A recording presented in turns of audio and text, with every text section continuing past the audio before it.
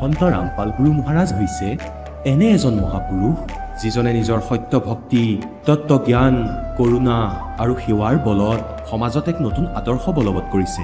সন্ত ৰামপাল গুৰু মহাৰাজৰ নেতৃত্বত তেওঁৰ সকলো সৎলোক আশ্ৰমে কৰা বিস্ময়কৰ সমাজ কল্যাণমূলক কামে সমাজখনক সোণালী ভৱিষ্যতৰ এক নতুন আশা দেখুৱাইছে। সন্ত ৰামপাল গুৰু মহাৰাজৰ পৰা নাম দীক্ষা গ্ৰহণ কৰাৰ পিছত লাখ লাখ লোকৰ কৰ্কট ৰোগ, এইডছ আদি দুৰাৰোগ্য ৰোগ নিৰাময় হ'ল। সন্তজনাৰ জ্ঞানৰ পৰা অনুপ্ৰাণিত হৈ তেওঁৰ অনুগামীসকলে লাখ লাখ ইউনিট ৰক্তদান কৰে। সন্তজনাই লাখ লাখ ভগ্নী কন্যাৰ যৌতুকমুক্ত বিয়াৰ আয়োজন কৰালে। সন্তজনাই লাখ লাখ মানুহক ড্ৰাগছ আসক্তিৰ পৰা মুক্ত কৰিলে। কোটি কোটি ধ্বংসপ্ৰাপ্ত পৰিয়াল শান্তিত লাগিল। সন্তজনাৰ আশ্ৰমত সমাৱেশৰ সময়ত বিনামূলীয়া চকুৰ চিকিৎসা আৰু দন্ত চিকিৎসাৰ ব্যৱস্থা কৰা হয়। সন্ত ৰামপাল গুৰু মহাৰাজৰ দ্বাৰা পৰিৱেশ সুৰক্ষাৰ উদ্দেশ্যে সময়ে সময়ে বৃহৎ পৰিসৰত বৃক্ষৰোপণ কৰা হয়। সন্তজনাই আৰ্তজনক তাৎক্ষণিক সকাহ দিবলৈ এম্বুলেন্স সেৱা আৰম্ভ কৰিছিল। সন্তজনাই তেওঁৰ অনুগামীসকলক তেওঁলোকৰ শৰীৰ দান কৰিবলৈ অনুপ্ৰাণিত কৰে, যাতে মানৱতাৰ সেৱা আৰু চিকিৎসা ক্ষেত্ৰত উন্নতি কৰিব পৰা যায়। সন্ত ৰামপাল গুৰু মহাৰাজৰ সকলো আশ্ৰমত প্ৰতিদিনে বিনামূলীয়া ধৰ্মভোজৰ আয়োজন কৰা হয়, য'ত প্ৰতিবাৰেই প্ৰতিটো জাতি, প্ৰতিটো ধৰ্মৰ মানুহে একেলগে বহি ভোজন কৰে।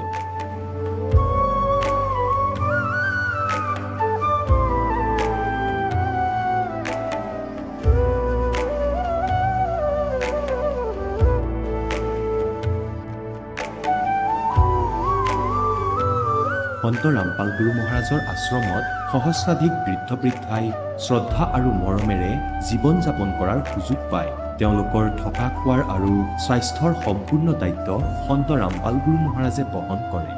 অনাথ শিশুৰ বাবে সন্ত ৰামপাল গুৰু মহাৰাজৰ সকলো আশ্ৰম বিশেষ বৰদানতকৈ কম নহয়, য'ত তেওঁলোকক শিক্ষা, সংস্কাৰ আৰু ভৱিষ্যতৰ বাবে উন্নত সুবিধা প্ৰদান কৰা হয়। বানপানী, ভূঁইকঁপ বা মহামাৰী যিয়েই নহওক, সন্ত ৰামপাল গুৰু মহাৰাজ আৰু তেওঁৰ অনুগামীসকল সদায় আৰ্তজনৰ বাবে আগ্ৰনোৱা হৈ থাকে। কোভিড মহামাৰীৰ সময়ত সন্ত ৰামপাল গুৰু মহাৰাজৰ আশ্ৰমৰ পৰা কোটি কোটি লোকক খাদ্য, ঔষধ আৰু জীৱন ৰক্ষক সামগ্ৰী যোগান ধৰা হৈছিল। দুখীয়াক সকাহ কৰাই হওক বা যিকোনো শোষিত বা নিপীড়িত শ্ৰেণীৰ অধিকাৰ আৰু মৰ্যাদাৰ বাবে যুঁজ দিয়াই হওক, সন্ত ৰামপাল গুৰু মহাৰাজে সদায় তেওঁলোকৰ সকলো ন্যায্য দাবী চৰকাৰৰ ওচৰলৈ লৈ গৈছে আৰু তেওঁলোকক উপযুক্ত ন্যায় প্ৰদানৰ ক্ষেত্ৰত গুৰুত্বপূৰ্ণ ভূমিকা পালন কৰি আহিছে। সমাজত আধ্যাত্মিক আৰু সামাজিক মূল্যবোধৰ প্ৰতি সজাগতা অনাৰ প্ৰতিটো পদক্ষেপতে সন্ত ৰামপাল গুৰু মহাৰাজ মানৱতাৰ প্ৰকৃত সেৱক হিচাপে প্ৰমাণিত হৈছে। সন্ত ৰামপাল গুৰু মহাৰাজৰ জীৱনে আমাক শিকাইছে যে প্ৰকৃত সেৱা সেইটোহে যিটো নিস্বাৰ্থভাৱে কৰা হয়। আহক আমিও এই মহান সন্তজনৰ এই মহান সেৱাৰ কামত যোগ দিওঁ আৰু সন্ত ৰামপাল গুৰু মহাৰাজৰ পৰা নাম দীক্ষা লৈ আমাৰ জীৱন ধন্য কৰি তোলোঁ।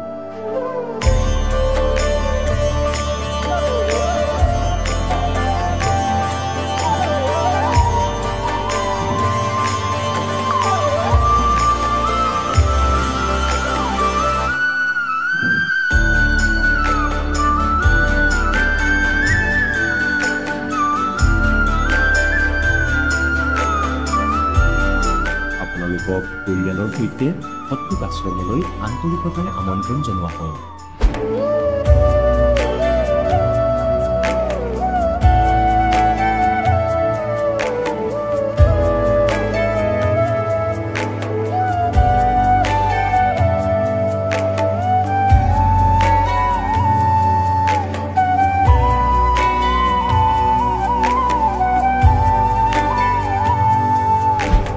পূৰ্ণ পৰমাত্মাক পাবলৈ আৰু তেওঁৰ পৰা প্ৰকৃত লাভ প্ৰাপ্ত কৰিবলৈ পবিত্ৰ বাইবেলত প্ৰমাণ আছে যে প্ৰভুৱে মানুহক নিজৰেই স্বৰূপত সৃষ্টি কৰিলে, 6 দিনত সৃষ্টি ৰচনা কৰি 7ম দিনত বিশ্ৰাম লৈছিল। কুৰাণ শ্বৰীফত প্ৰমাণ পোৱা গৈছে যে স্বয়ং খুদাই হজৰত মহম্মদক কৈছে যে মই তোমাক সেই পৰমাত্মাৰ মহিমা ক'বলৈ পঠিয়াইছোঁ। সেইজন পৰমাত্মা হৈছে কবীৰ, যিজনে 6 দিনত সৃষ্টি ৰচনা কৰি 7ম দিনত সিংহাসনত আৰোহণ কৰিলে। তেওঁৰ খবৰ কোনোবা বা খবৰ তত্ত্বদৰ্শী সন্তক সুধি চাওকচোন। অনুগ্ৰহ কৰি অৱশ্যেই শুনক জগতগুৰু তত্ত্বদৰ্শী সন্ত ৰামপাল গুৰু মহাৰাজৰ অমৃত বচন। নমস্কাৰ। হয়, নমস্কাৰ। আপোনাৰ শুভ নামটো? ৰাণু সূত্ৰধৰ। আপুনি ক'ৰ পৰা আহিছে? মই 6 নম্বৰ ৱাৰ্ড ঢেকিয়াজুলি শোণিতপুৰ অসমৰ পৰা আহিছোঁ। সন্ত ৰামপাল মহাৰাজৰ পৰা আপুনি নাম দীক্ষা কেতিয়া লৈছিল? মই নাম দীক্ষা 2023। তেখেতৰ পৰা নাম লোৱাৰ আগতে আপুনি পৰম্পৰাগতভাৱে কিবা ভক্তি সাধনা কৰিছিলনে? হয়, কৰিছিলোঁ। ঘৰত ঘৰুৱা হিচাপে লক্ষী আৰু হনুমানৰ, ইফালে গণেশ, এইবিলাকৰ পূজা কৰিছিলোঁ। ৰাজহুৱা হিচাপে দুৰ্গা পূজা, কালী পূজা সেইবিলাক কৰিছিলোঁ। বাইদেউ, আপুনি যিহেতু আপোনাৰ সমাজত প্ৰচলিত পৰম্পৰাগত ভক্তি সাধনা কৰি আছিল, আপুনি কি কাৰণত সন্ত ৰামপাল মহাৰাজৰ পৰা নাম দীক্ষা লৈ ভক্তি সাধনা কৰিব লগা হ'ল? ছাৰ, এদিন মই ৰাস্তাৰ কাষত থিয় হৈ থকা অৱস্থাত এদিন ভকতে জ্ঞান গংগা কিতাপখন মোক সুধিলে যে বাইদেউ কিতাপ এখন ল'ব নেকি? মই কৈছোঁ কি কিতাপনো? এয়া পঢ়কচোন, আপুনি এই কিতাপখন লওক। ইয়াতনো কি আছে? ইয়াত ব্ৰহ্মা বিষ্ণু মহেশ্বৰৰ মা দেউতা কোন, তেওঁৰ দুৰ্গাৰ মা দেউতা কোন, আপুনি জানিব পাৰিব। তে মোক ইহঁতৰ আকৌ সংসাৰ আছে নেকি? ইহঁতে নিজে নিজে দেখোন প্ৰকট হয়, ইহঁতৰ মা দেউতানো ক'ত আছে? তাৰপিছত নহয়, আপুনি এইখন পঢ়ক। তাৰপিছত মই বাৰু দিয়ক পঢ়ি চাওঁ। কিতাপখন মই 20 টকা দি ৰাখিলোঁ। ৰখাৰ পিছত মই বহুত কথা মই জানিব পাৰিলোঁ। যেতিয়া মই কিতাপখন পঢ়ি শেষ কৰিলোঁ, শেষ কৰাৰ পিছত মই কৈছোঁ এতিয়াতো মোৰ শ্ৰীমদ ভাগৱত গীতা মোৰ ঘৰত নাই, মই কাৰ লগতনো মিলাম এইখিনি? এদিন কি কৰিলোঁ, নেটৰ পৰা মই মোবাইলত গীতা সোমোৱাই আনি মই মিলালোঁ। মিলোৱাৰ পিছত ঠিকেই শ্ৰীকৃষ্ণই অৰ্জুনক কৈছে, অৰ্জুন তুমি তেওঁৰ চৰণত যোৱা, তেওঁৰ চৰণত গ'লে জন্ম মৃত্যুৰ পৰা সাৰিবা। জন্ম মৃত্যুৰ পৰা সাৰিবলৈ হ'লে তুমি তত্ত্বদৰ্শী সন্তৰ চৰণত যাব লাগিব। তাৰপিছত মই কৈছোঁ এইটো দেখোন বৰ ভাল কথা, ইমান ধুনীয়া কথা। মই মিলাই চালোঁ, চাই পেলাই মোৰ খুব ভাল লাগিলে। এনেকৈ মই পঢ়িলোঁ। পঢ়াৰ পিছত জ্ঞান লাভ কৰিলোঁ, খুব ভাল লাগিল পঢ়ি। তাৰপিছত মই ভাবিছোঁ এতিয়া মোৰ গুৰুদেৱৰ মই চৰণত কেনেকৈ যাম? হাৰিয়ানা, মই দুখীয়া মানুহ, যাবলৈ মোৰ পইচা নাই, কেনেকৈ যাম? তাৰপিছত এদিন আৰু ঘপককৈ ৰেলি গ'ল। ৰেলি যোৱাৰ পিছত আমি যিখন কিতাপ জ্ঞান গংগা পঢ়িছিলোঁ, এই কিতাপখনতে মানে ভগৱানৰ ছবি আছে। ছবিত ৰেলিত লৈ মানে ছবিটো ডাঙৰকৈ লৈ ঘূৰাইছে। তাৰপিছত ওলাই পেলাই চাইছোঁ দেখোন আমাৰ ভগৱানেই দেখোন। তাৰপিছত আৰু খবৰ কৰিলোঁ। খবৰ কৰাৰ পিছত মই পালোঁ আৰু এয়া পোৱাৰ পিছত দীক্ষা আমি তিনিওটাই ল'লোঁ। ল'ৰায়ো ল'লে, আমি পতি পত্নী দুজনীয়ে ল'লোঁ। লোৱাৰ পিছত আজি আমি খুব সুখী। আপুনি যিহেতু সন্ত ৰামপাল গুৰু মহাৰাজৰ জ্ঞান গংগা নামৰ পুথিখন অধ্যয়ন কৰি জ্ঞান বুজি তেখেতৰ শৰণাগত হৈ বৰ্তমান ভক্তি সাধনা কৰি আছে। আমি বিভিন্ন ছ'চিয়েল মিডিয়া প্লেটফৰ্মত সন্ত ৰামপাল গুৰু মহাৰাজৰ ভক্তসকলৰ যেতিয়া অনুভৱ শুনো, তেওঁলোকে কয় যে সন্ত ৰামপাল গুৰু মহাৰাজৰ পৰা দীক্ষা লোৱাৰ পিছতে বিভিন্ন প্ৰকাৰে লাভ পায়। আপুনি সন্ত ৰামপাল গুৰু মহাৰাজৰ পৰা দীক্ষা লোৱাৰ পিছত কেনেধৰণৰ লাভ পাইছে? হয়, ময়ো বহুত লাভ পাইছোঁ। আমাৰ ভকতজীৰ আগতে বৰ বেয়া বেয়া সপোন দেখিছিলে। মাক বাপেক ভায়েক ককায়েক ঢুকোৱাৰ পিছত ৰাতি আহে, সপোনত আহি পেলাই মাতে। এওঁ আকৌ বোবাই ধৰা নিচিনা চিঞৰি থাকে, অ' বুলি চিঞৰি থাকে। মই আকৌ মাতোঁ, কি হ'ল কি হ'ল? তাৰপিছত এই কি একো নাই, মানে ঘামি জামি উঠি বহি যায়। বহাৰ পিছত কয় মোক মা দেউতা চবেই মোক মাতিছে, উঠিলি নাই, দেৰি হৈছে, ৰাতিপুৱা হৈছে, কামত নাযাওঁ নেকি, এনেকৈ মানে চিঞৰে, ব'ল যাওঁ। তেনেকৈ সপোন দেখিছিলে। এই সপোনবিলাক এতিয়া নাম দীক্ষা লোৱাৰ পিছত সপোনবিলাক এতিয়া নেদেখে। আমি এতিয়া বৰ সুখেৰে আছোঁ। আৰু অন্য কিবা আপুনি লাভ পাইছেনে? অন্য লাভ পাইছোঁ মানে আগতে আমাৰ ভকতজীৰ মানে প্ৰায়ে কাম নাথাকে। পূজা আহিলে ল'ৰা ছোৱালীক আমি কাপোৰ কানিও দিব নোৱাৰোঁ। আমি নাম দীক্ষা লোৱাৰ পিছত মানে ইমান মানে প্ৰমাণ পাইছোঁ, এওঁৰ কাম থাকোঁতে মানুহৰ কামৰ খবৰ আহে। এতিয়া আমি খুব সুখেৰে আছোঁ। বাইদেউ, আপুনি আমাৰ দৰ্শকসকলৰ সন্মুখত আপোনাৰ অনুভৱ ব্যক্ত কৰিছে যে আপুনি আপোনাৰ মানুহজনৰ যি সমস্যা আছিলে, বেয়া বেয়া সপোন দেখি থকা, সেই সমস্যাৰ পৰা পৰিত্ৰাণ পাইছে। লগতে আপুনিও বিভিন্ন প্ৰকাৰে লাভ পাইছে। যিহেতু আমাৰ অসমতো বিভিন্ন আধ্যাত্মিক শ্ৰদ্ধালু গুৰু আছিল, সেইসকলৰ কাষলৈ গৈও ভক্তি সাধনা কৰা হ'লে আপুনি নিশ্চয় উপকৃত হ'লে হয়। আপুনি যে সন্ত ৰামপাল গুৰু মহাৰাজকে গুৰু হিচাপে ধাৰণ কৰিলে। মই গীতা যেতিয়া মই মোবাইলত সোমোৱাই আনিলোঁ, নোৱাৰ পিছত যেতিয়া দেখিছোঁ এই গছজোপা, ওলোটা গছজোপা যে সম্পূৰ্ণ গছজোপাৰ মানে সম্পূৰ্ণ ভাঙি পাতি আমাৰ ৰামপাল মহাৰাজে ক'ব পাৰিছে, অন্য গুৰুৱে ক'ব পৰা নাছিলে। আমি যে উল্টা ভক্তি কৰিছোঁ, মোৰ মানে মনত মানে এটা সত্য বোলা বস্তুটো মোৰ ভিতৰত জাগি উঠিছে। আৰু সন্ত আছে, সাধু আছে, গুৰু আছে, বহুত আছে। কিন্তু শ্ৰীমদ ভাগৱতত যি আমাৰ গুৰুদেৱে ৰামপাল মহাৰাজে কৈছে ওম তৎসৎ, এই তিনিটা সাংকেতিক আছে। এইটো অৰ্থ ভাঙি যোনে ক'ব পাৰে তেওঁহে মানে সত্য সন্ত। মই কিছুমান কথা মিলাই মই তেওঁৰ চৰণত গৈছোঁ। আৰু আপুনি যিহেতু সন্ত ৰামপাল গুৰু মহাৰাজৰ জ্ঞান বুজি তেখেতৰ সৎভক্তি বৰ্তমান আপুনি কৰি আছে আৰু বিভিন্ন প্ৰকাৰে আপুনি লাভো পাইছে, সেই কথা আপুনি নিজে ব্যক্ত কৰিলে। যিসকল দৰ্শকে আজি আপোনাক এই টিভি স্ক্ৰীণত প্ৰত্যক্ষ কৰি আছে, আপুনি সেই দৰ্শকসকলক কি বাৰ্তা দিব বিচাৰে যাতে তেওঁলোকেও আপোনাৰ দৰে উপকৃত হ'ব পাৰে? হয়, তেওঁলোকক ইয়াকে বাৰ্তা দিবলৈ বিচাৰোঁ যে শাস্ত্ৰ অনুযায়ীহে আমি ভক্তি কৰিব লাগে। শাস্ত্ৰ বিৰোধী ভক্তি কৰিলে আমাৰ একো লাভ নহয়। আমি ইমান বছৰে শাস্ত্ৰ লোকবেদ ব্যৱহাৰ কৰিছিলোঁ। আমি শাস্ত্ৰবিধি ব্যৱহাৰ কৰি পেলাই আমি সুখী হ'ম। আহক আমি সকলোৱে আধ্যাত্মিক জ্ঞান গ্ৰহণ কৰোঁ। সত্য ভক্তিটো কৰিলে আমি সত্য মাৰ্গত আত্মা কল্যাণ আমি কৰিব পাৰিম। জ্ঞান গংগা খন পঢ়ি মই আজি বহুত জ্ঞান লাভ কৰিলোঁ। ঘৰৰ বহুত ভূত প্ৰেতৰ অসুবিধা আছিল। মোৰ স্বামীয়ে মদ খাইছিল, গাঞ্জা খাইছিল, বহুত মানে ঘৰত অত্যাচাৰ কৰিছিল। পিতৃ মাতৃ মোৰ শহুৰ শাহুৰী দেৱৰ বৰ্জনা ঢুকুৱাত খালি এওঁক মানে ৰাতি টোপনিৰ পৰা মাতে, ব'ল নাযাওঁ নেকি, কামত যাবি নেকি, ব'ল, এনেকৈ মানে আমনি কৰে। ৰাতি আকৌ তেওঁ সপোন দেখে, সপোন দেখি পেলাই ৰাতি চিঞৰে, কৰি চিঞৰে। তাৰপিছত মই মাতো কি হৈছে, কৈছে উঠি পটককৈ উঠে, ঘামি জামি উঠে, উঠি পেলাই মই এনেকৈ সপোন দেখিছোঁ। তাৰ পিছদিনাখন মই কৈছে তুমি ভৰি হাত নোধোৱা, এনেকৈ নীতি নিয়ম নকৰা, নীতি নিয়ম কৰিবা, ৰ'বা আজি মই হৰে কৃষ্ণ হৰে ৰাম ৰাম ৰাম হৰে হৰে বুলি লিখি মই বিচনা তলত থলোঁ। পিছদিনাখন আকৌ সপোন দেখে, হৰে কৃষ্ণটো মানা নাই। তাৰপিছত আৰু মই এই জ্ঞান গংগাখন ৰাখিছিলোঁ, মই কৈছোঁ আজি এইখনকে লৈ পেলাই শোৱা বালিচৰ তলত। তাৰপিছত সেইদিনাখন তেওঁ মোক কৈছোঁ আজি প্ৰথমৰ পৰা তুমি পঢ়ি যোৱাচোন, পঢ়াচোন বাৰু। পঢ়িলে মানে সিদিনাখন কামত নগ'ল।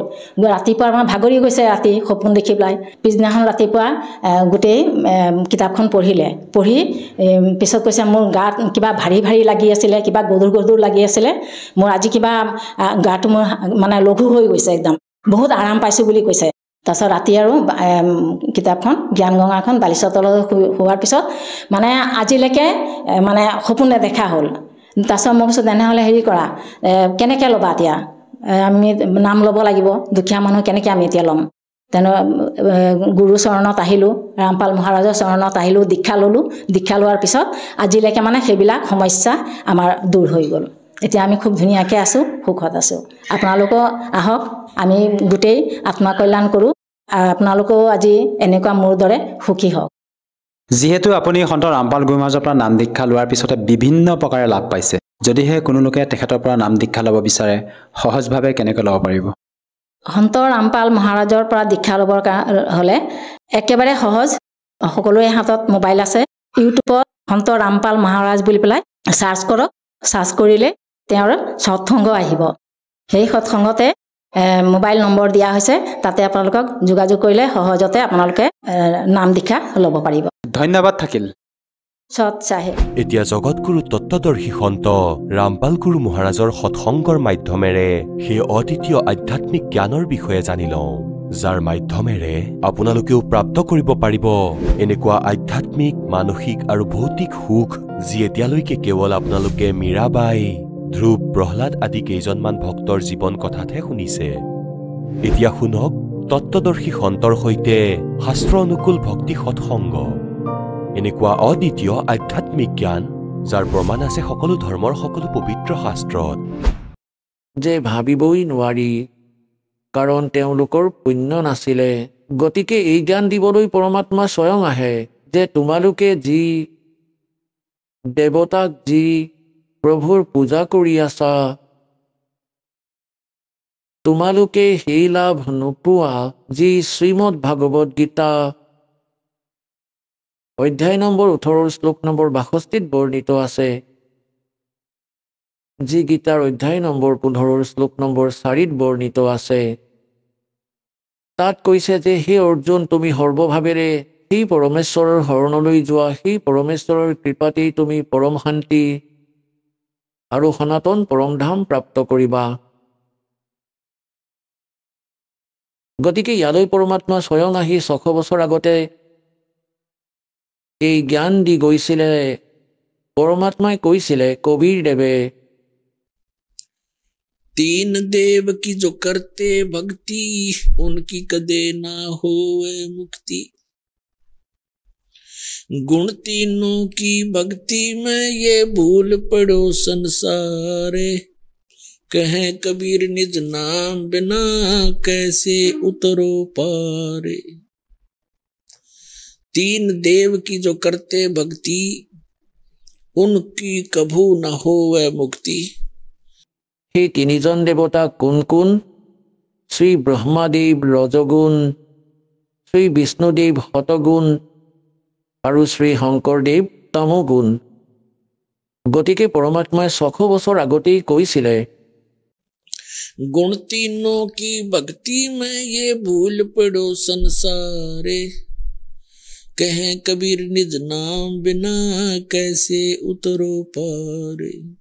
तीन देव की जो करते भक्ति उनकी कदे ना होवे मुक्ति। পুণ্যাত্মাসকল আজিৰ পৰা প্ৰায় 600-550 বছৰ আগতে আৰু জনসমাগমৰ মাজত সৎসংগত প্ৰবচনত এইটো কোৱাটো যে তিনিওজন দেৱতা ব্ৰহ্মা বিষ্ণু মহেশ্বৰৰ যি পূজা কৰে তেওঁলোকে কোনো মুক্তি প্ৰাপ্ত কৰিব নোৱাৰে, তেওঁলোকৰ কোনো গতি হ'ব নোৱাৰে। গতিকে পুণ্যাত্মাসকল এইটো বহুত কঠিন কাৰ্য আছিলে আৰু পৰমাত্মাই এয়া 600 বছৰ আগতেই কৈছিলে, এই জ্ঞান দিছিলে। যি কাৰণে পৰমাত্মাৰ বহুত বিৰোধিতা হৈছিলে, কবীৰ পৰমেশ্বৰৰ তেওঁক বহুত অপমানিত কৰা হৈছিলে, তেওঁক হত্যা কৰাৰো বহুবাৰ চেষ্টা কৰা হৈছিলে, কিন্তু তেওঁ সমৰ্থবান আছিল।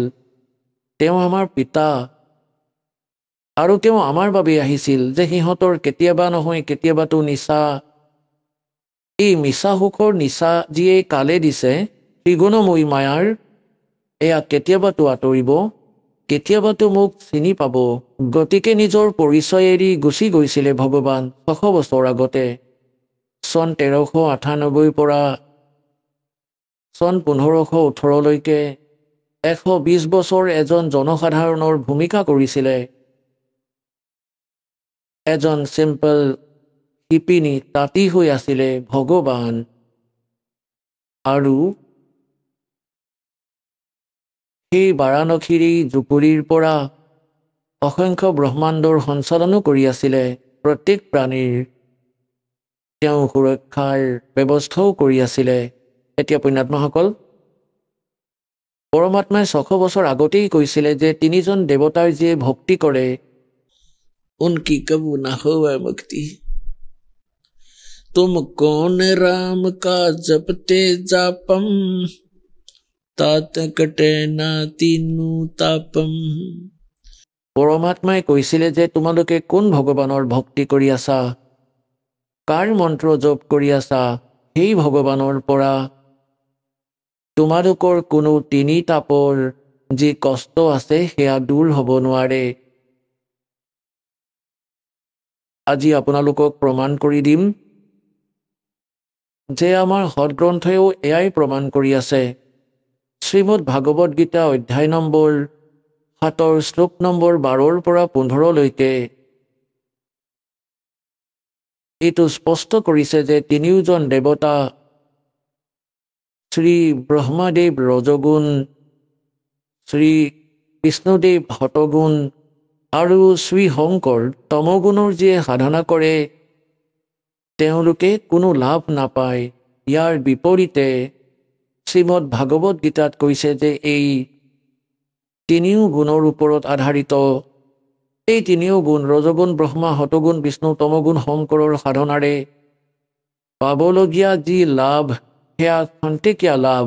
এওঁলোকৰ ওপৰত যাৰ বুদ্ধি ছেট হৈ গৈছে আৰু আন কাৰোৰে কথা শুনিবলৈ প্ৰস্তুত নহয়, তেওঁলোকৰ বিষয়ে কৈছে তেওঁলোক ৰাক্ষস স্বভাৱ ধাৰণ কৰা মনুষ্যত নীচ আৰু দূষিত কৰ্ম কৰা মূৰ্খ।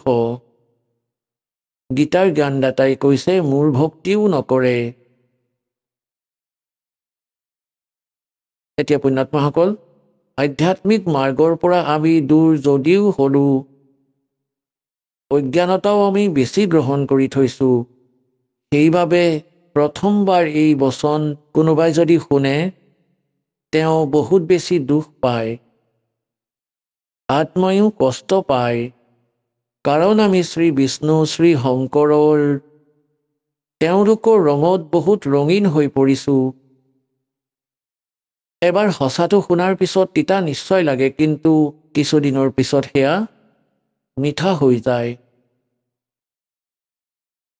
কিয়নো আমাৰ অজ্ঞানতাৰে সেই অজ্ঞানতাৰ বাবে আমাৰ আত্মাৰ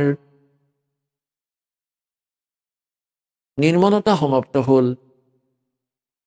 আৰু যেতিয়া সত্যতা আৰম্ভ হয় তেতিয়া আত্মা একেবাৰে বিপৰীতকৈ ভাবিব আৰম্ভ কৰে ট্ৰাই কৰে কিন্তু সত্যতাত ইমান বেছি শক্তি থাকে সি নিজৰ স্থান বনাইহে এৰে যেতিয়া সি দাসে হঠংগ আৰম্ভ কৰিছিলে ইমান বিৰোধিতা হৈছিল এবাৰতো এনেকুৱা লাগিছিল যে পৰমাত্মা আপোনাৰ জ্ঞান আপোনাৰ সন্তানসকললৈ কেনেকৈ যাব খোজে খোজে বিৰোধিতা হৈ আছে যিকোনো বৰ্গতেই নাচায় কিয় সকলোৱে এইটোৱেই ক'ব ধৰিলে যে ৰামপালেতো নিন্দাহে কৰে কিন্তু এই দাসে জানিছিল যে মই নিন্দা নহয় পৰোপকাৰহে কৰি আছোঁ যেনেকৈ সৎগ্ৰন্থবোৰক আপোনালোকৰ মুখামুখি কৰাই আছোঁ আৰু যিসকল ঋষি মহৰ্ষি আচাৰ্য শংকৰাচাৰ্য অথবা কোনো সন্ত মণ্ডলেশ্বৰে যিবোৰ জ্ঞান সেইসকল সন্তকেই আধাৰ মানি কৈছে তেওঁলোকৰ অনুভৱক বেদ গীতা আৰু পুৰাণৰ সৈতে তুলনা কৰি দিওঁ মোৰ কেৱল ইমানখিনিয়েই কাম যে আমাৰ সৎগ্ৰন্থ সত্য ইয়াৰ বিৰুদ্ধে যিবোৰ জ্ঞান দিয়ে সেইবোৰ অসত্য সেয়া শাস্ত্ৰবিধি ত্যাগ কৰি মনৰ মতে কৰা আচৰণ সেয়া ইউজলেছ ব্যৰ্থ ইয়াক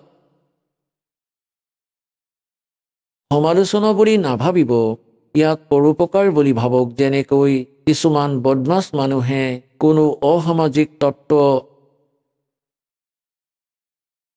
নকলি নোট ছপাই দিয়ে 500 আৰু 1000 টকাৰ যেতিয়া চৰকাৰে গম পায় তেতিয়া কি কৰে অৰিজিনেল আৰু ডুপ্লিকেট একেলগে দেখুৱায় বাতৰি কাকতত মিডিয়া ইলেক্ট্ৰনিক মিডিয়া আৰু টিভি চেনেলত তেওঁলোকে কয় যে চোৱা অৰিজিনেলত এইটো বস্তু আছে আৰু ডুপ্লিকেটবোৰ এনেকুৱা ইয়াত এইবোৰ বস্তু নাই এয়া ত্ৰুটি যদি তেতিয়া এনেকৈ কয় যে চৰকাৰে সমালোচনা কৰি আছে আনৰ নোটবোৰক তেতিয়া কথাটো সঠিক নহ'ব ঠিক এই প্ৰকাৰে সেই চৰকাৰে এটা বহুত ডাঙৰ পৰোপকাৰ কৰি আছে নহ'লেতো লাখ লাখ মানুহৰ ক্ষতি হ'ল হয় গতিকে সেই উদ্দেশ্যই এই দাসৰো যে আপোনালোকৰ অৰিজিনেল আৰু ডুপ্লিকেট জ্ঞান দুয়োটাকে মুখামুখি কৰি আছোঁ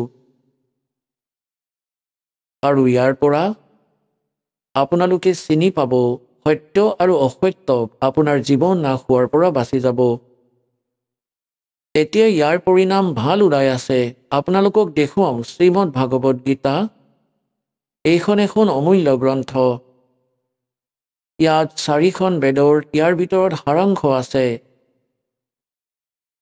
আৰু ইয়াৰ ভিতৰত বহুত চিষ্টেমেটিকেলি জ্ঞান দিয়া হৈছে একাধিক্ৰমে জ্ঞান দিয়া হৈছে কিন্তু আমাৰ ধৰ্মগুৰুসকলে আমাৰ আধ্যাত্মিক মাৰ্গৰ এই গ্ৰন্থবোৰক আধ্যাত্মিক গ্ৰন্থবোৰক সৎগ্ৰন্থবোৰক বুজি নাপালে যি কাৰণে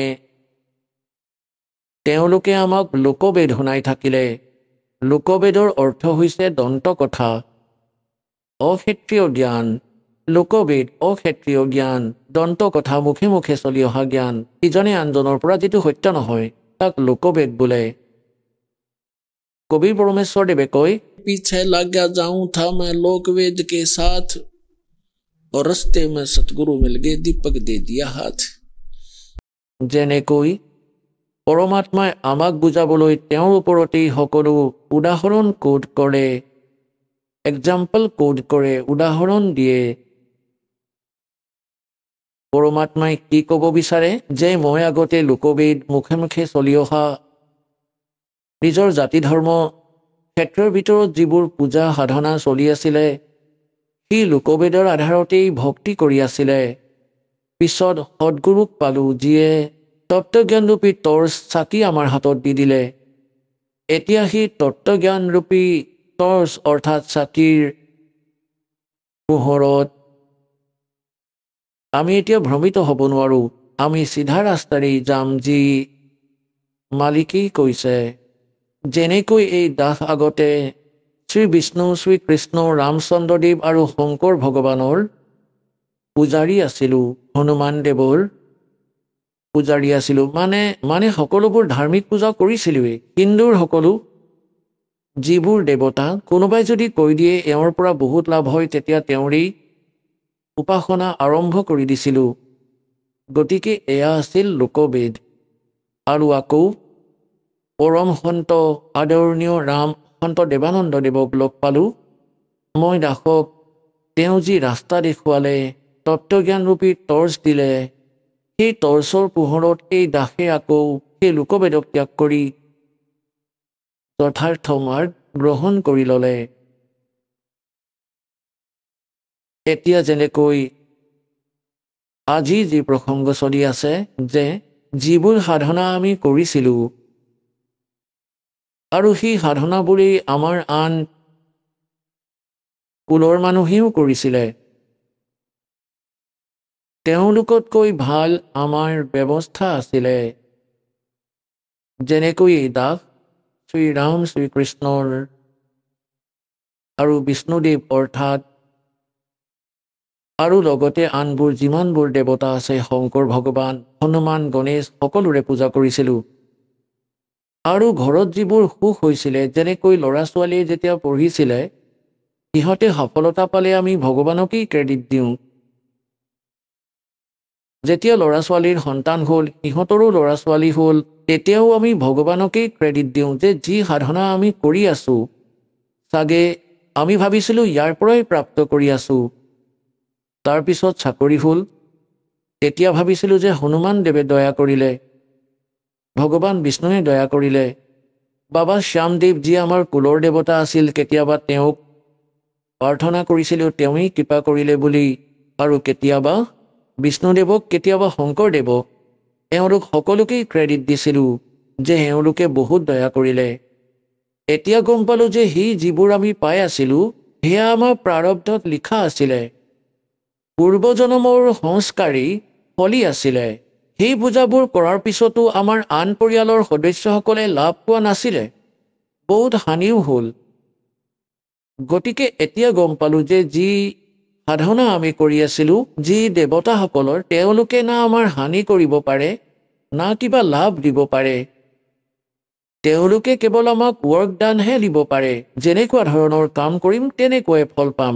পূৰ্বজন্মত কৰা যি সঞ্চিত কৰ্ম থাকে তাৰ পৰা এবাৰেই জ্বলোৱা হয়, পুণ্য আৰু পাপৰ তাৰ পৰা এটা জীৱন বনোৱা হয়, যাক প্ৰাৰব্ধ বুলি কোৱা হয়, ভাগ্য বুলি কোৱা হয়। যেতিয়ালৈকে আমি পূৰ্ণ পৰমাত্মাৰ সাধনা সৎসাধনা নকৰোঁ তেতিয়ালৈকে আমি নিজৰ ভাগ্যহে ভুগি থাকোঁ, নিজৰ ভাগ্যত লিখাখিনিয়েই প্ৰাপ্ত কৰি থাকোঁ। যেতিয়া আমি পৰমাত্মা পূৰ্ণ পৰমাত্মাৰ চৰণলৈ আহোঁ, পূৰ্ণ সন্ত পাওঁ, সৎ সাধনা পাওঁ, তাৰপিছত আমি তাতকৈ বেলেগ লাভ পাওঁ।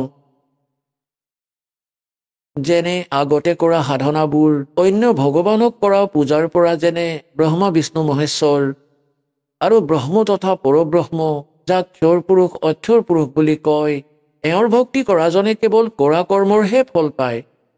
এওঁলোকৰ ভাগ্যত যদি দুখ আছে তেন্তে দুখেই পাব। কাৰোবাৰ পুত্ৰ যদি মৰিবলগীয়া থাকে তেন্তে মৰিব, কাৰোবাৰ ভৰি কাটিবলগীয়া থাকিলে কাটিবই। তাৰ পৰা আপোনাৰ ভাগ্য সলনি হ'ব নোৱাৰে। হয়, শুভ আৰু অশুভ সেয়া ডিপজিট হৈ গৈ থাকিব বাৰু, সেয়া আপোনাৰ সঞ্চিত কৰ্মত জমা হৈ যাব। আৰু যেতিয়া আমি সত্যপুৰুষ পূৰ্ণ পৰমাত্মা কবীৰ দেৱৰ ভক্তি কৰিম, পূৰ্ণ সন্তৰ পৰা লৈ, এই নকলিবোৰৰ পৰা নহয়, তাৰ পৰা একো লাভ নহয়। সৎ সাধনা, সত্য মন্ত্ৰ আৰু পূৰ্ণ সৎগুৰু আৰু সঁচা মনেৰে মৰ্যাদাত থাকি যিয়ে ভক্তি কৰিব, তেতিয়া তেওঁৰ ভাগ্যত যদি কিবা হানি হ'বলগীয়া থাকে সেয়া নহ'ব। এয়া পৰমাত্মাৰ বিধান। তেওঁ সমৰ্থবান পৰমাত্মা। হানিক আঁতৰাই দিয়ে আপোনাৰ পুণ্য প্ৰফুল্লিত হৈ যাব। উদাহৰণস্বৰূপে যেনেকৈ কৃষকে খেতি बीजता है, गेहूं बोता है, তেতিয়া তাৰ মাজত ঘাঁহ বনো এনেই গজি যায় আৰু ঘেঁহুতকৈ বেছিহে গজি যায়।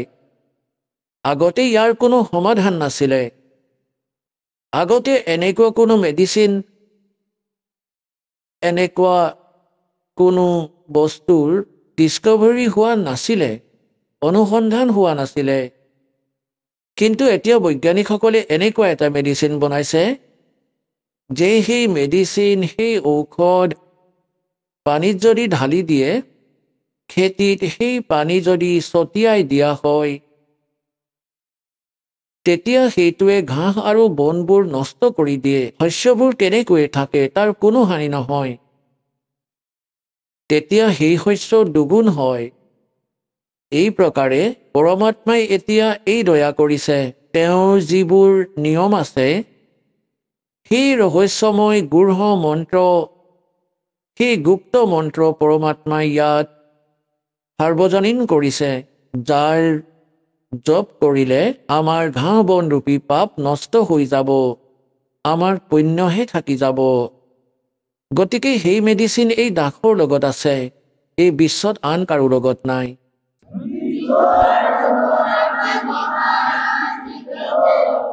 গতিকে এতিয়া আপোনালোকক দেখুৱাওঁ যে শ্ৰী ব্ৰহ্মা, শ্ৰী বিষ্ণু, শ্ৰী শিৱৰ বিষয়ে আমাৰ গীতাই কি কৈছে, এওঁলোকৰ সাধনা কৰাবোৰক কি সংজ্ঞা দিছে। এতিয়া আপোনালোকক দেখুৱাওঁ শ্ৰীমদ ভাগৱত গীতাৰ অধ্যায় নম্বৰ 7 কিছু অংশ দেখুৱাওঁ। চাব, শ্ৰীমদ ভাগৱত গীতা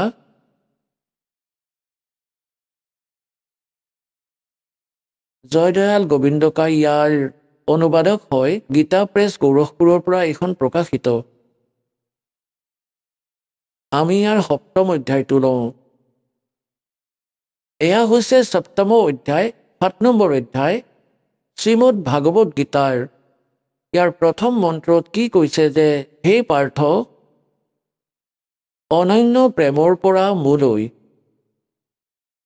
আসক্ত চিত্ত তথা অনন্য ভাৱেৰে মোৰ পৰায়ণ হৈ যুগত লাগি থকা তুমি যি প্ৰকাৰে সম্পূৰ্ণ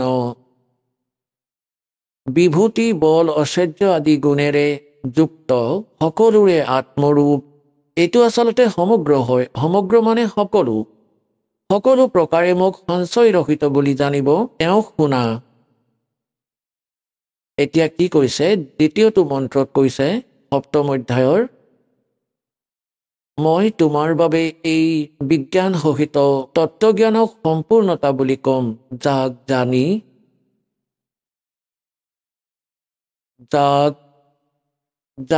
সংসাৰত একো জনাৰ বাবে বাকী নাথাকিব।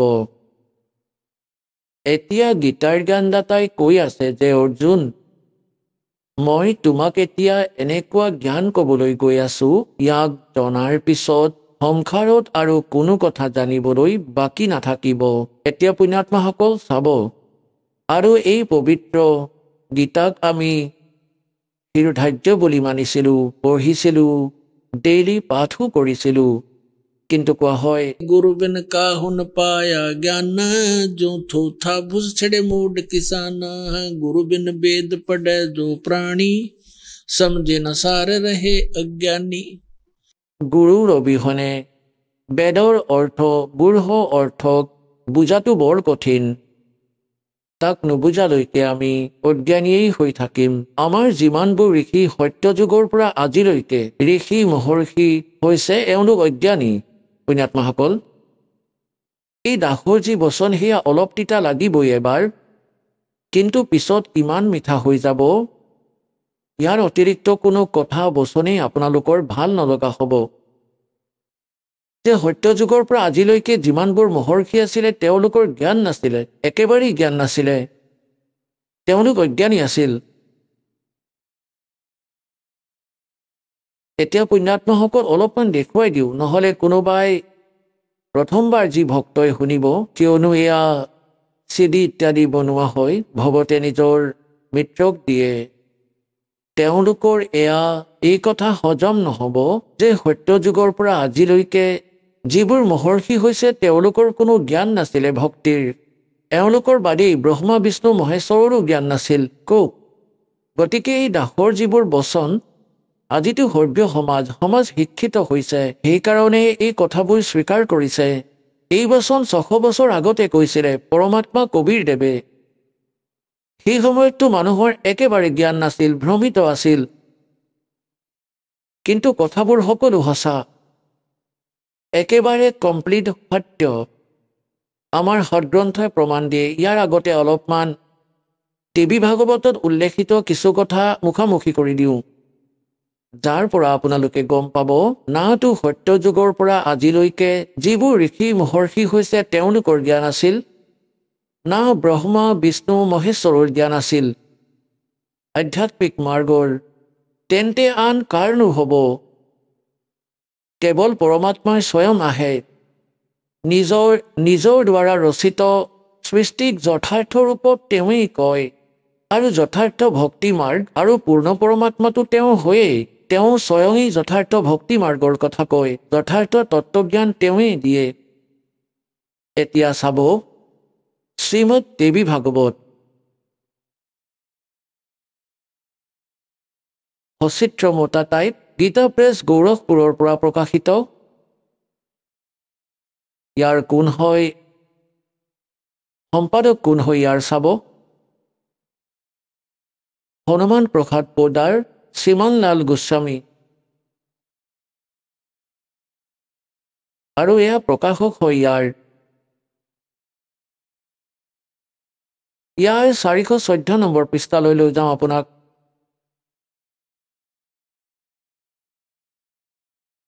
6 নম্বৰ স্কন্ধ, এয়া 6 নম্বৰ স্কন্ধ, সংক্ষিপ্ত দেৱী ভাগৱত, 414 নম্বৰ পৃষ্ঠাত। জন্মজয়ে সুধিলে মহাভাগ কোনটো যুগত, ধৰ্মৰ স্বৰূপ কি, এই সম্পূৰ্ণ বিষয়ক বিশেষ ৰূপেৰে কোৱাৰ কৃপা কৰক। ব্যাসদেৱে ক'লে, ব্যাসদেৱে কৈ আছে, জন্মে জয় ৰাজন, এয়া নিশ্চিত যে সত্যযুগত ব্ৰাহ্মণ বেদৰ পূৰ্ণ বিদ্বান আছিল। তেওঁলোকৰ দ্বাৰা নিৰন্তৰ ভাগৱতী জগদম্বাৰ আৰাধনা অৰ্থাৎ পূজা হৈছিলে। ভাগৱতীৰ দৰ্শন কৰিবলৈ তেওঁৰ মন সদায় লালসতাত আছিলে। প্ৰত্যেক গাঁৱতে শক্তি মন্দিৰৰ উদ্ঘাটন হৈছিলে, দুৰ্গাৰ মন্দিৰ হৈছিলে। এই বিষয়ে তেওঁৰ মনত বহুত উৎসুকতা আছিলে। আৰু লগতে চাব অলপ ইয়াৰ আভাস। ধৰ্মৰ এই স্থিতিৰ ত্ৰেতাটো আছিলে, কিন্তু কিছু হ্ৰাস হৈ গ'ল। সত্যযুগত যি স্থিতি আছিলে দ্বাপৰ যুগত বিশেষভাৱে কম হৈ গ'ল। ৰাজন, সেই প্ৰাচীন যুগত যাক ৰাক্ষস বুলি ভবা হৈছিলে, সেয়া কলিত, কলি মানে কলিযুগত ব্ৰাহ্মণ বুলি মনা হৈছিলে। দাসে কোৱা নাই, এয়া আমাৰ ইতিহাসে কৈ আছে। কাৰণ বৰ্তমানৰ ব্ৰাহ্মণ প্ৰায়ে পাখণ্ড কৰাতেই তৎপৰ হৈ থাকে, আনক ঠগা, মিছা কোৱা আৰু বৈদিক ধৰ্ম কৰ্মৰ পৰা বেলেগ হৈ থকা। এয়া কলিযুগৰ ব্ৰাহ্মণৰ স্বাভাৱিক গুণ হৈ গ'ল। এতিয়া পুণ্যাত্মাসকল, কলিযুগৰ যি ব্ৰাহ্মণ, এয়া আচাৰ্য, শংকৰাচাৰ্য, তেওঁলোক সকলোৱে ব্ৰাহ্মণ। এতিয়ালৈ আমাৰ যিসকল ধৰ্মগুৰু আছিল, গতিকে এওঁলোকৰ বিষয়ে কি কৈছে যে সত্যযুগ ত্ৰেতা দ্বাপৰত যিবোৰ ৰাক্ষস আছিলে, এই স্বভাৱৰে আছিলে আমাৰ ব্ৰাহ্মণসকল। তেন্তে অন্য জনতাৰ কি অৱস্থা হ'বনো? এতিয়া কি কৈ আছে, ইয়াৰ পৰা আৰু এটা কনচেপ্ট ক্লিয়াৰ কৰি দিলে যে সত্যযুগৰ ব্ৰাহ্মণ বেদৰ পূৰ্ণ বিদ্বান বুলি মনা হৈছিলে, ব্যাসদেৱে কৈছে, আৰু তেওঁলোকে দুৰ্গাৰ পূজা কৰিছিল। কি বিদ্বাননো? আৰু অলপ আভাস লওঁ বিষ্ণুদেৱৰ, পিছত আমি আগলৈ নিৰ্ণয় কৰিম। এই দেৱী ভাগৱতৰে 28 নম্বৰ পৃষ্ঠাত এয়া চাব, 28-29 শ্ৰী বিষ্ণু, শ্ৰী ব্ৰহ্মা, শ্ৰী নাৰদ আৰু ব্যাসদেৱৰ জ্ঞানৰ আভাস আপোনালোকক দেখুৱাওঁ। এয়া 28 নম্বৰ পৃষ্ঠাৰ প্ৰথম স্কন্ধ আৰু এয়া সংক্ষিপ্ত দেৱী ভাগৱত 28ত সেয়ে পঢ়ি আছোঁ আমি। নাৰদ আৰু ব্যাসদেৱৰ কথোপকথন চলি আছে। ব্যাসদেৱে নাৰদদেৱক প্ৰশ্ন সুধিছে ব্যাসদেৱে, আৰু নাৰদদেৱে কৈ আছে। নাৰদদেৱে কৈছে, মহাভাগ ব্যাসদেৱ, তুমি এই বিষয়ে যি সুধি আছা, ঠিক এই প্ৰশ্নই মোৰ পিতাই ভগৱান শ্ৰী হৰিক কৰিছিলে। দেৱ আদি দেৱ ভগৱান জগতৰ স্বামী হয়। লক্ষ্মী দেৱী তেওঁৰ সেৱাত উপস্থিত থাকে, অৰ্থাৎ বিষ্ণুদেৱৰ বিষয়ে কৈ আছে। দিব্য কৌস্তভমণিয়ে তেওঁৰ শোভা বঢ়াই তেওঁ শংখচক্ৰ গদা লৈ থাকে, পীতাম্বৰ ধাৰণ কৰে, 4খন বাহু আছে। বক্ষস্থলত শ্ৰীবস্তকৰ চিহ্ন উজলি থাকে। তেওঁ চৰাচৰ জগতৰ আশ্ৰয়দাতা, জগতগুৰু এবং দেৱতাসকলৰো দেৱতা। এনেকুৱা জগত প্ৰভু ভগৱান শ্ৰীহৰি মহান তপ কৰি আছিলে। তেওঁ সমাধি লগাই আছিলে। এয়া দেখি মোৰ পিতা ব্ৰহ্মদেৱ বহুত আচৰিত হ'ল। সেইবাবে তেওঁ এইটো জনাৰ বাবে ইচ্ছা প্ৰকট কৰিলে।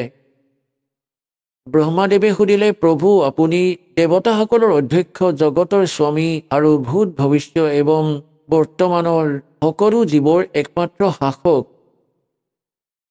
ব্ৰহ্মাদেৱে বিষ্ণুদেৱক ইয়াত আটাইতকৈ ডাঙৰ ভগৱান বুলি কোৱাৰ চেষ্টা কৰিছে। ভগৱান তেন্তে আপুনি কিয় তপস্যা কৰি আছে আৰু আপুনি কোন দেৱতাৰ আৰাধনাত ধ্যানমগ্ন হৈ আছে?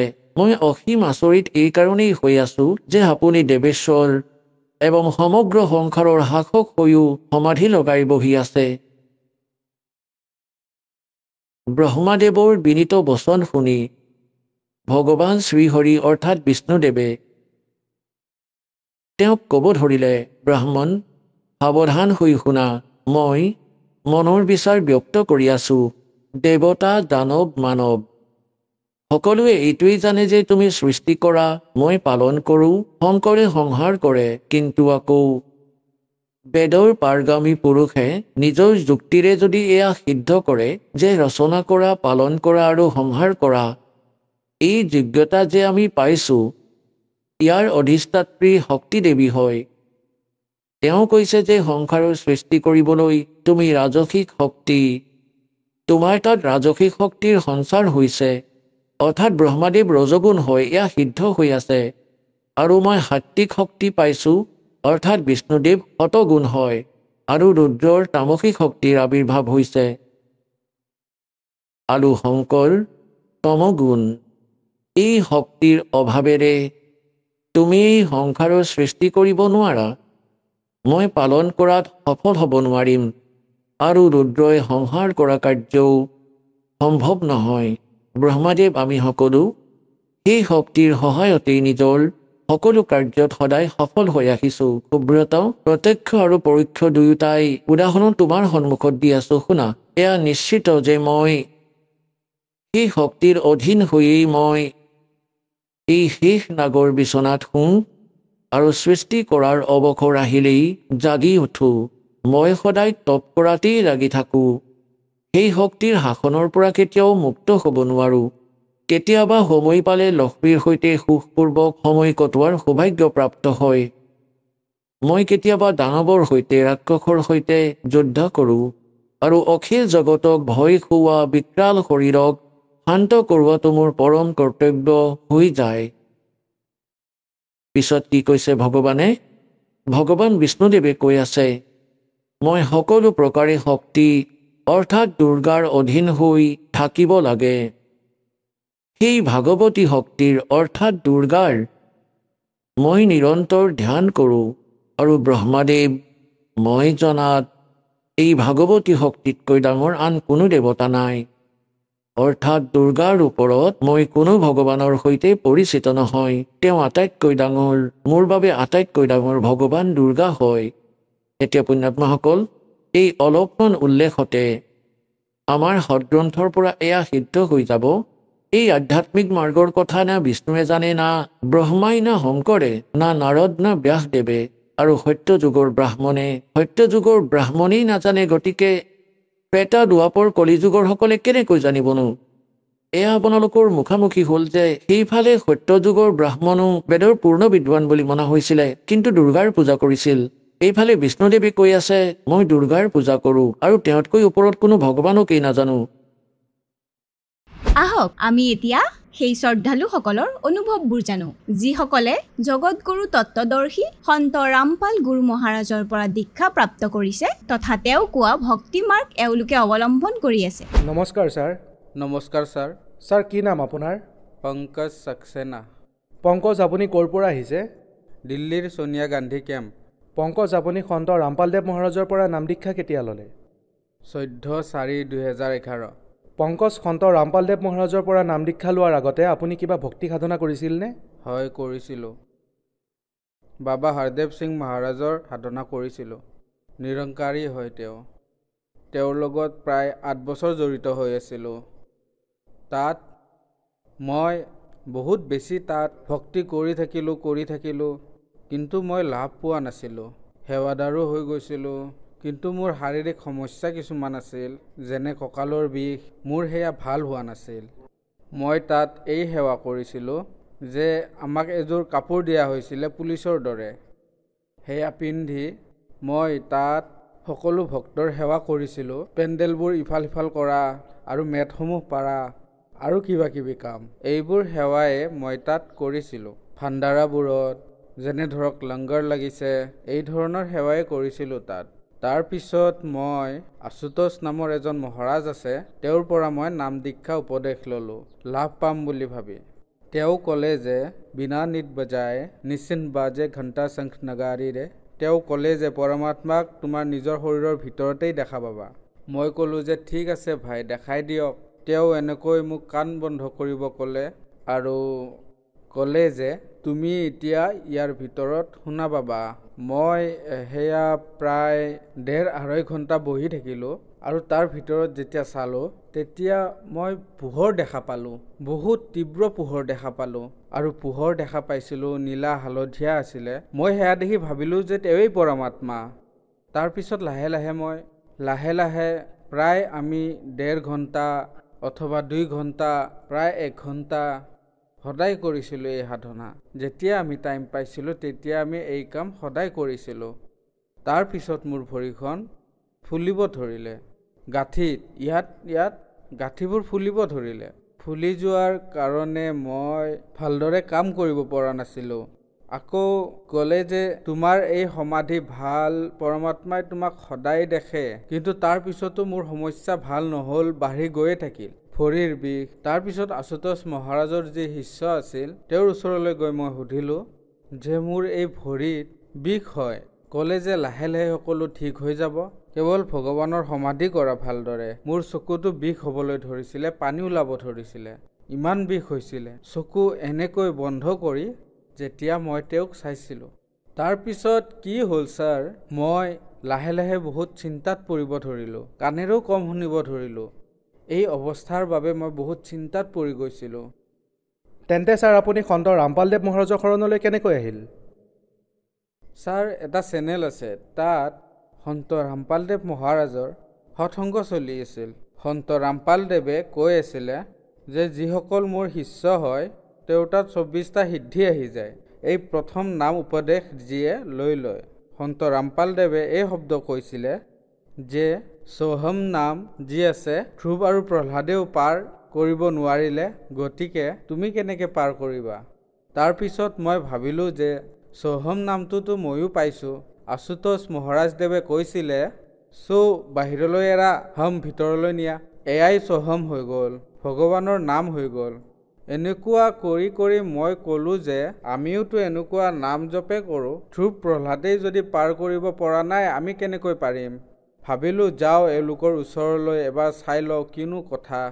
তাৰপিছত এবাৰ দুবাৰ সৎসংগ শুনাৰ পিছত কি দেখিলোঁ, সাধনা চেনেলত ব্ৰহ্মা বিষ্ণু মহেশ্বৰক সন্ত ৰামপালদেৱে কৈ আছে যে তেওঁলোক অজয় অমৰ অবিনাশী নহয়, তেওঁলোকো নাগবান হয়, তেওঁলোকো মানে পূজাৰ যোগ্য নহয়, পূৰ্ণ পৰমাত্মা নহয়, যিয়ে তোমালোকৰ সংকটক নিবাৰণ কৰিব পাৰিব।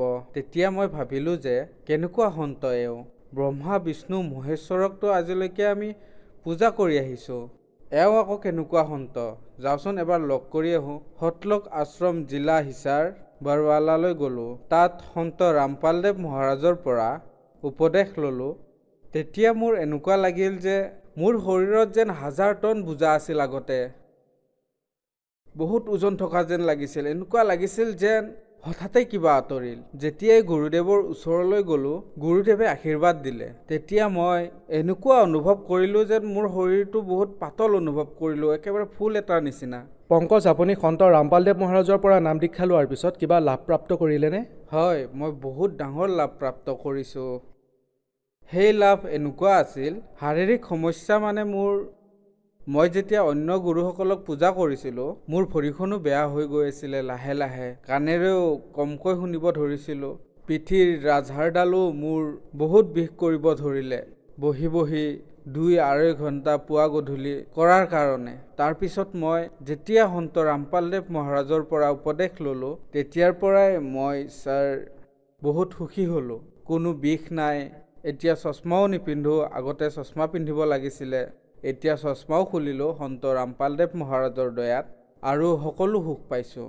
ছাৰ, মই আগতে বহুত গৰীব আছিলোঁ আৰু আৰ্থিক স্থিতি বহুত দুৰ্বল আছিলে। মই ভগৱানক পাবলৈ ব্যাকুল আছিলোঁ। তাৰপিছত পৰমাত্মা সন্ত ৰামপালদেৱ মহাৰাজৰ লগত যেতিয়া জড়িত হ'লোঁ, তেতিয়াৰ পৰা মই সকলো সুখ পাইছোঁ।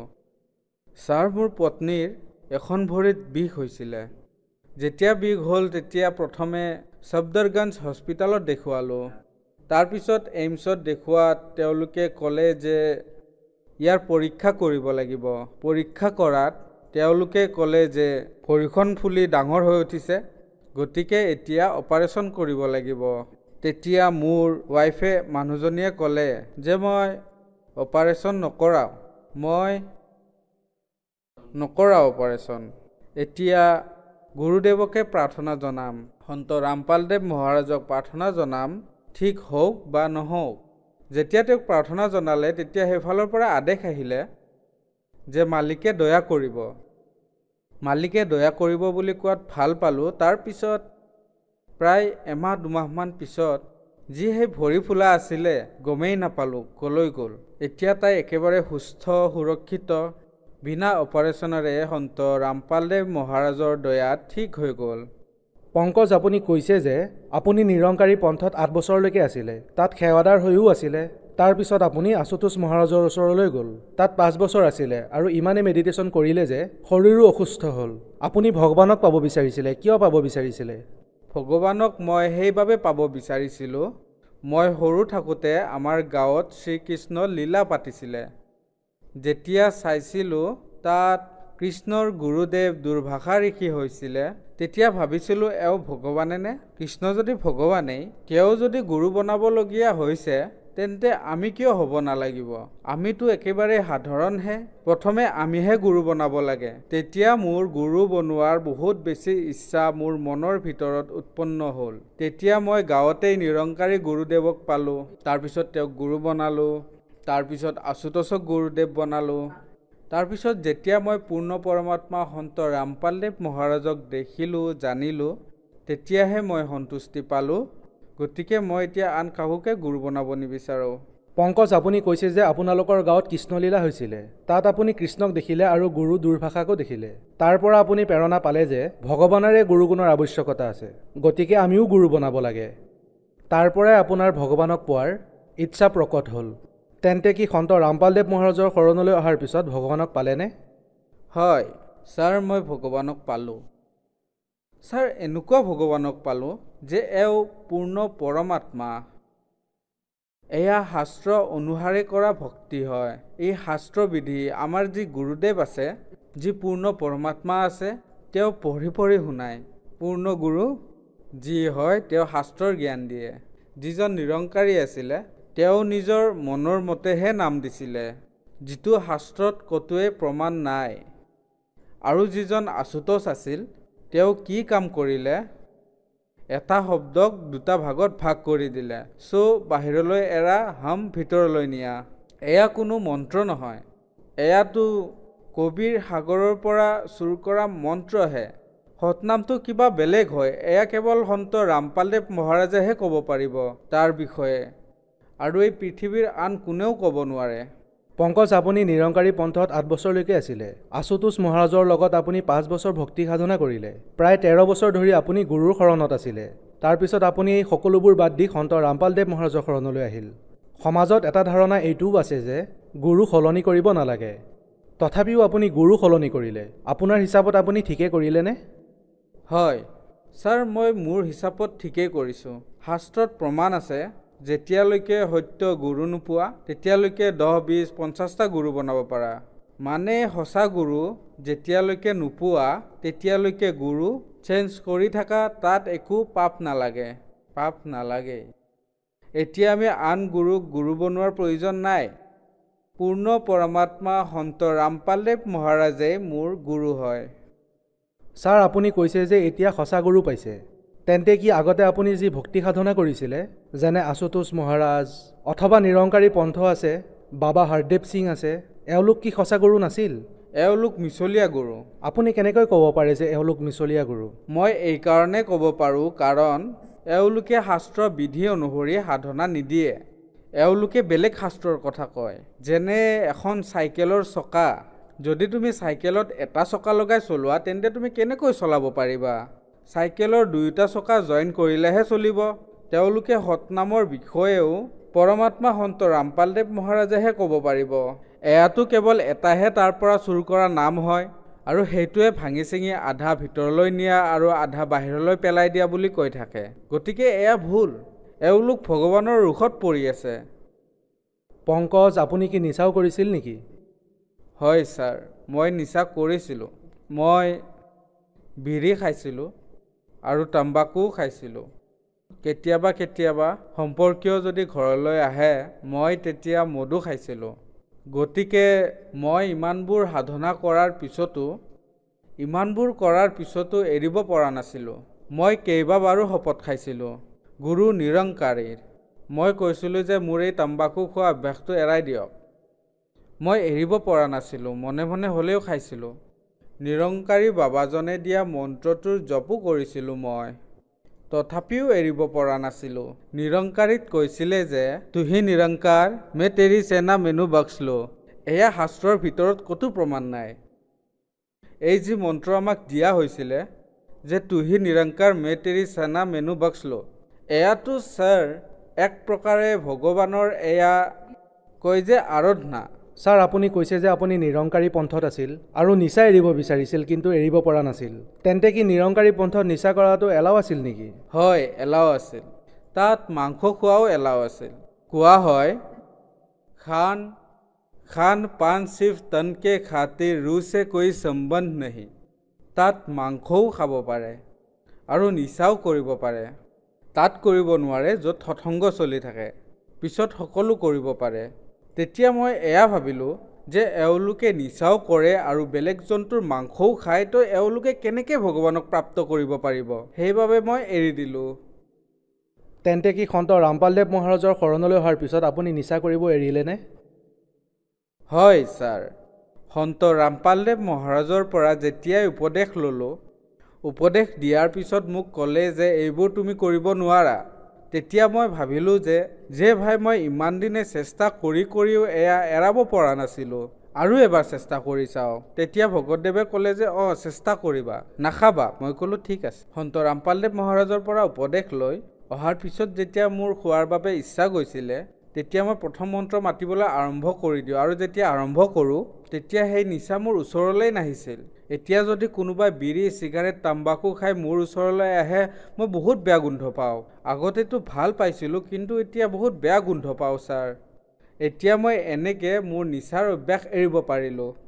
ধন্যবাদ ছাৰ। ধন্যবাদ।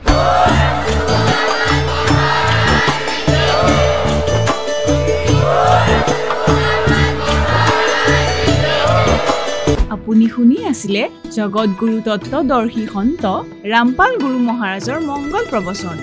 অধিক জানিবৰ বাবে ভিজিট কৰক www.jagatgururampalji.org। সন্ত ৰামপাল গুৰু মহাৰাজৰ শুভ আশীৰ্বাদত সমগ্ৰ বিশ্বতে 500তকৈ অধিক নাম দীক্ষা কেন্দ্ৰ আছে, য'ত সন্ত ৰামপাল গুৰু মহাৰাজৰ দ্বাৰা বিনামূলীয়াকৈ নাম দীক্ষা দি থকা হৈছে। আপোনাৰ ওচৰৰ নাম দীক্ষা কেন্দ্ৰৰ ঠিকনা জানিবলৈ সম্পৰ্ক কৰক 7082208528।